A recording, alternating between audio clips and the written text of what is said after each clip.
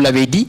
Tout à l'heure, par exemple, madame disait que informel. Je pense que les entreprises de presse sont formelles parce que c'est des entreprises de presse qui ont des NINEA, numéro d'identification nationale des entreprises, etc. C'est des entreprises de presse qui ont des RCCM, des registres de commerce crédit immobilier, et qui sont enregistrés soit dans les chambres de commerce ou bien à l'APIX. Le problème qui se pose, c'est plutôt la gouvernance économique interne. En plus, aujourd'hui, vous prenez la vente. Un journal qui tire, par exemple, tiré à 10 000 exemplaires.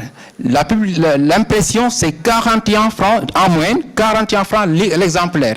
Vous vendez, par exemple, 66 500 exemplaires, ça te fait 65 000 francs. L'impression te revient 410 000 francs, par exemple. Et si vous vendez même les 10 000 exemplaires, ça te revient 1 million. 1 million, vous faites une déduction de 410 000, il te reste combien? Sans compter les charges, la téléphonie, sans compter l'électricité, etc. Le papier, qui est l'un des postes de dépenses les plus importants donc, pour la presse.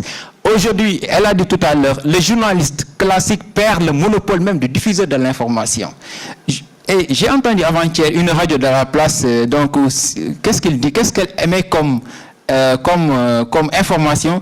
Ceux qui nous écoutent, si vous tombez sur un événement filmé et puis vous envoyez, il a donné un numéro WhatsApp, là, c'est catastrophique.